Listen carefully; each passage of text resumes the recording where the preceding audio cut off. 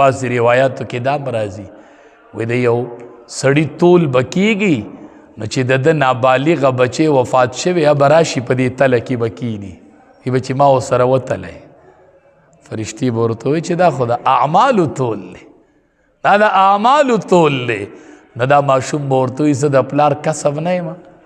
زه د پلار عمل نه یم چې هغه مونځ کړی دی نو زم د هغه بچی یم که نه رب العالمین به فرشتو ته وایي ویې تلی ورله دا ورلم په تله کې وتلی نابالغه بچی چې د چا وفات شوي خفه کېږي مو دا د آخرت ذخیره ده ښه دا وړوکی ماشوم چې وفات شي د سړي پې څومره ړه غمجنې دا ماشوم رکوټې ځکه خو موږ دعا کې وایو اللهم اجعله لنا اجرا و ذخرا